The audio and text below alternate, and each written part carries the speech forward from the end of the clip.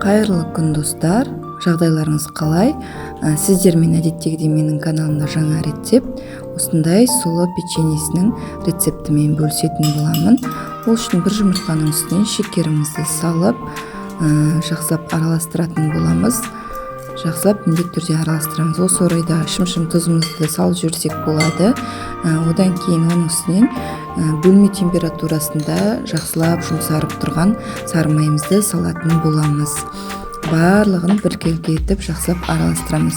Бұл печенье өте оңай жасалады. Яғни 3 стакан деп те аталады. Осындай стаканның көмегімен ұнды, шекерді және сұлыны өлшеп алдым. Сұлыны алдын ала мен блендерден өткізіп жақсылап осылай езіп алдым. Яғни жақсылап уақыттап алатын боламыз. Ұн сияқты ұнтақ күйге келтіруіміз керек. Енді оның үстінен осылай сұлымызды салып, оны да жақсылап араластыратын боламыз. Барлығын осындай масса шықты. Енді оның үстінен қопсытқышты жақсылап құрғақ ингредиенттерді салып, оларды да осы массаның үстінен салып, жақсылап біркелкі етіп араластырып алатын боламыз. Бұндай печенье өте оңай және тез дайын болады. Аяқ астынан балапандарыңызға печенье жасағыларыңыз келсе, осы печеньені жасауға кеңес беремін. Өте дәмді және оңай жасалу жолы.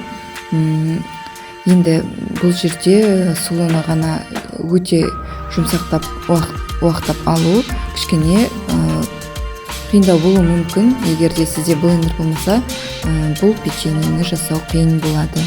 Ал енді біз әрі қарай кеттік. Қалған ұнымызды салып, жақсылап араластырып аламыз. Өте оңай, өте дәмді печенье шығатын болады. Егер сіздерде тым қатты тәтті ұнатпасаңыздар, онда шекердің көлемін азайтып салсаңыздар да болады. Міндетті түрде жасап көріңіздер. Тәп-тәтті печенье шығатын болады. Енді дайын болған қамырымыздан осындай дөңгелектерді шариктеп барлығын бөліп осылай алатын боламыз да. Мен қолымыздың көмегімен масса кішкене қолға жабысқыш қамыр бізде болады, яғни лепке қамыр дайын болады. Енді осындай дөңгелектерімізді үстінен қолымыздың көмегімен басып өте жұп-жұқа көлемге келтіретін боламыз. Әрбір печеньелердің арасынан 2-3 сантиметрдей орын қалдырамыз. Олар піскен кезде сәл-сәл ұлғаятын болады көлеміне қарай. Сәл-сәл ұлғаяды да, сондықтан да арасын кішкене ашық қалдырған дұрыс. Енді осындай қамырларымызды барлығын жақсылап аламыз. Егер де сізге басқа формадағы печенье ұнайтын болса, өзіңізге ұнайтындай формада жасап алсаңыздар болады.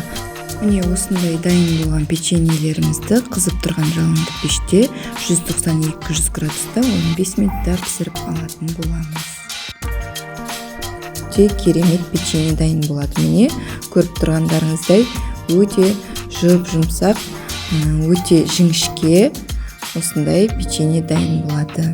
Міндетті түрде жасап көріңіздер. Ас болсын.